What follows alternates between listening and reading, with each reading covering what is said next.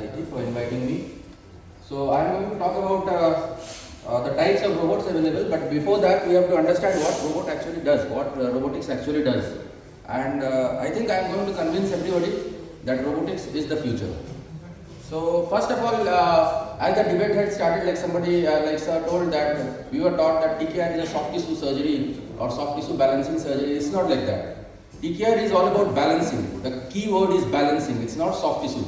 And bony cuts and bony alignments are very much part of that balancing. So it's a global circumferential balance which has to be achieved mechanically throughout the range of movement. And it need not be like the natural knee. Knee replacement need not be like the natural knee. It's a mechanical engineering. It's a global circumferential balancing which has to be achieved, and in that bony cuts, bony alignment, and soft tissue dissection or soft tissue balancing is a part of it. So it's about balancing. It's not soft tissue balancing or bony alignment alone.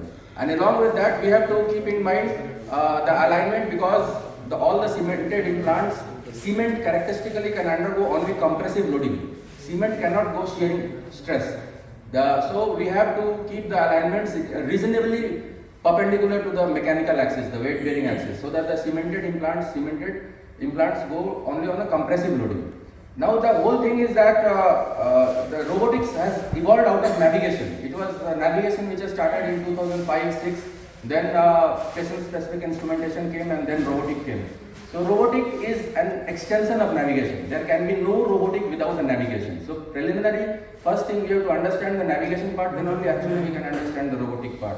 And as far as the precision is concerned, it has been proven beyond doubt that navigation always led to, robotic always led to better precision, but the results are multifactorial. Just because the enhanced precision may not translate into a good patient satisfaction. Patient satisfaction is multifactorial, which depends on the attitude of the patient, the mental makeup of the patient, the motivation of the patient. So the precision may not equally translate into patient satisfaction. So that's a different thing. But any navigation or robotics leads to better precision.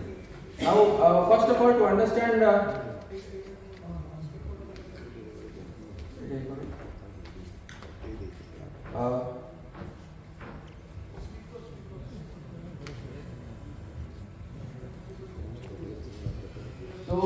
to understand robotic, first is what is a computer.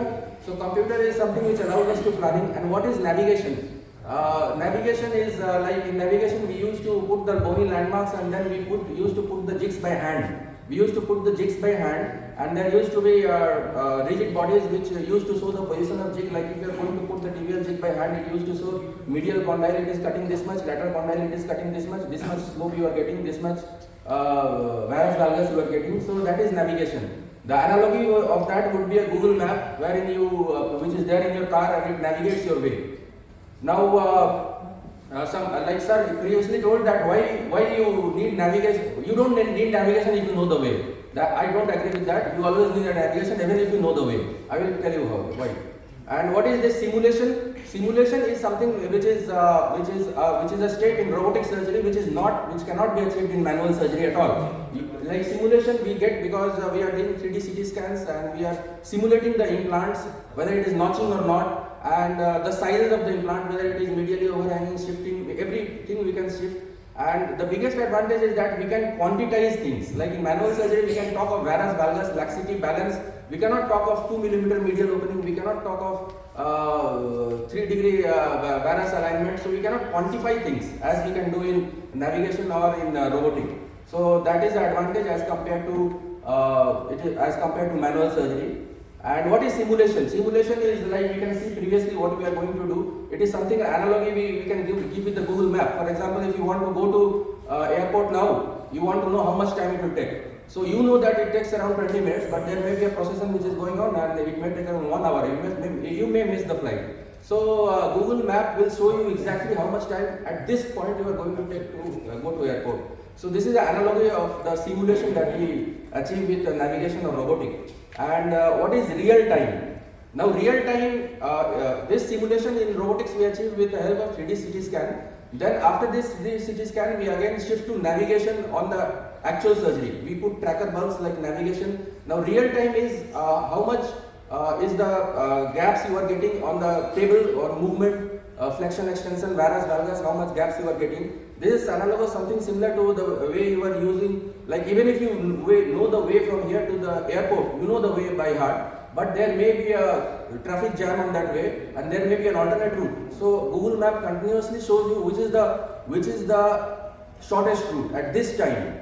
So you need a navigation even if you know the road, because you do not know what is the traffic which is actually happening. So that is why simulation, real time mapping is needed. Like Google Map uses real time. And what is a robot? Robot is something which, how it is different from navigation. Robot is something which can produce a change in the environment without human intervention. Like you have given the plan, with the computer assisted surgery, we have to put the jigs up, down, rotate the jigs on your own, and then it used to show in the screen 3D rotation, 4D rotation with respect to posterior condyle or with epicondyles. So in robot it is doing on its own, and robot is an instrument which can produce a change in the environment without human intervention. The plan which has been given to it already. Analogy would be a self-driving car. Nowadays we have self-driving cars in India also, wherein the car follows the previous car. The forward car, if the other car accelerates, this accelerates. If that brakes, the car automatically brakes. So you don't need to put your brake on your own. And the car follows the lane and everything does it on its own. So that is something similar to our robotic. And what is this haptic feedback? Haptic feedback is like if your cutting tool is exceeding is going out of the bone, or it is going where it should not be, then it automatically stops. So that is haptic feedback. And to give it a haptic feedback analogy with the cars that are available nowadays is collision avoidance system. Like we have collision avoidance systems in car. If the car is going to collide with a divider in front, the car stops. If you are backing the car, if a child comes in back behind your car, the car stops immediately on its own. You are not braking it. So if there is a collision which is going to take in front of your the steering wheel rotates on its own. So this is something like that haptic mechanism, and that would have saved a lot of accidents that have happened in past. So what is robotic TKA? In this we are using precise pre-surgical planning executed every time pre-surgical planning is done by this simulation which we do by 3D CT scan. There is optimal alignment, there is sub-millimetric accuracy, and there is real time. Once we do the CT scan, as we will see in the light surgery subsequently, we do the artificial intelligence itself gives alignment, sizing, everything, and then once on the patient we fix tracker pulse and go into navigation, and then we take the real time check. What is happening at 30 degree flexion? What is happening at 90 degree flexion? What is happening in varus stress, valgus stress? And then various cutting methods are there. It allows you to go for measure dissection as well as gap management. Gap management or modified gap management, both systems are there, and it allows you to change the plan during surgery. So, like if you feel that the flexion gap is more, you want to, or extension gap is too loose, then you can decrease the distal femoral cut, you can change the rotation during surgery, everything can be done. And the difference from manual system is that in manual systems, once you have cut the landmarks, like you have cut the posterior condyles, the landmarks are gone. But in navigation or robotic, the landmarks are still there in the computer. So you can still use where the posterior condyle landmark used to be. So you can still change the rotation. And the benefits are of course precision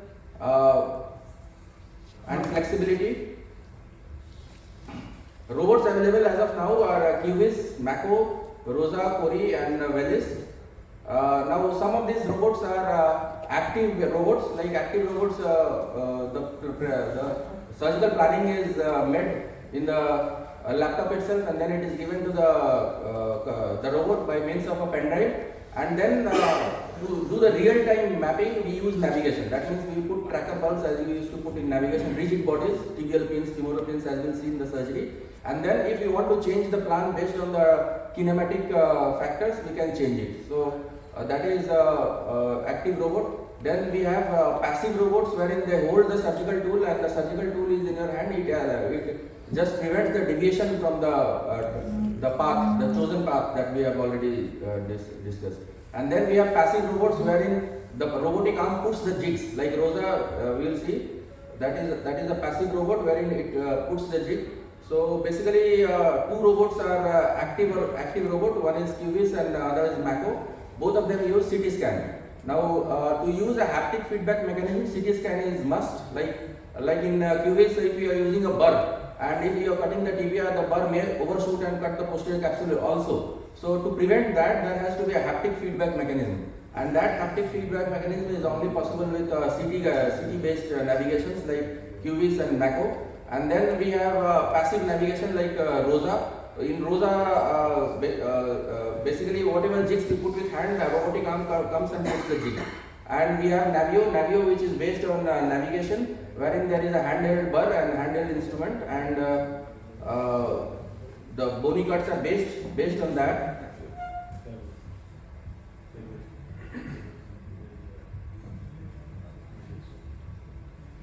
So this is the component. First is the main console. The main console has got, as you can see, the optical trackers.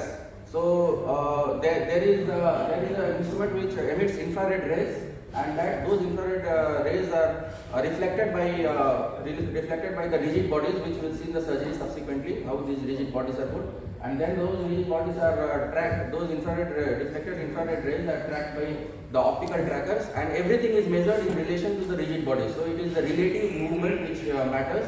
And then the robotic arm, we have already given the plan of surgery based on the CT scan. So if we want to change anything based on the real time, like what we have before, the CT plan is before the surgery, like it has to be done before the surgery. And real time planning, if you want to change anything, it can be done during the surgery.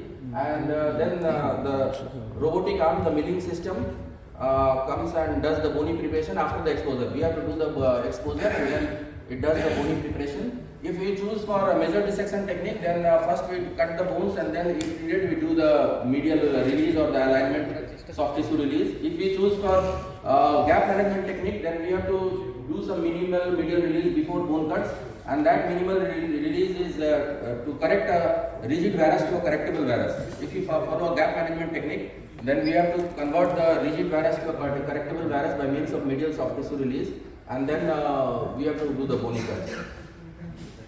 So I have gone fast because we will be seeing subsequently in the light surgery. And so basically the benefits are there is a 3D bone model in the simulation based on CT scan, and the simulated surgery, we know preemptively before the surgery starts. We know the size of the implants, we know the placement of the implants, we know whether it is going to notch or not. We are sure that it is not going to notch. And when the robotic arm takes over, we can just sit and relax. And after the bony preparations are done, the implantation is done.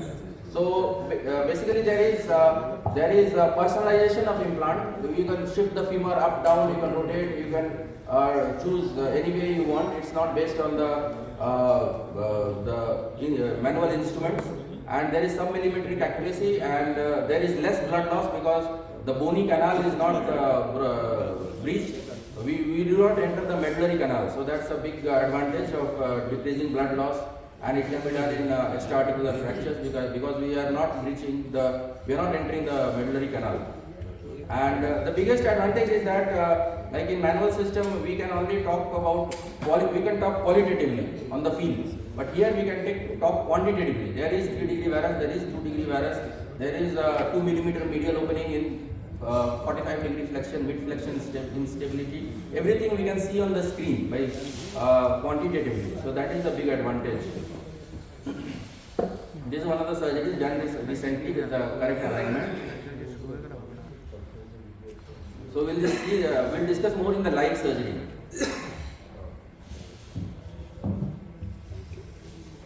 Any questions?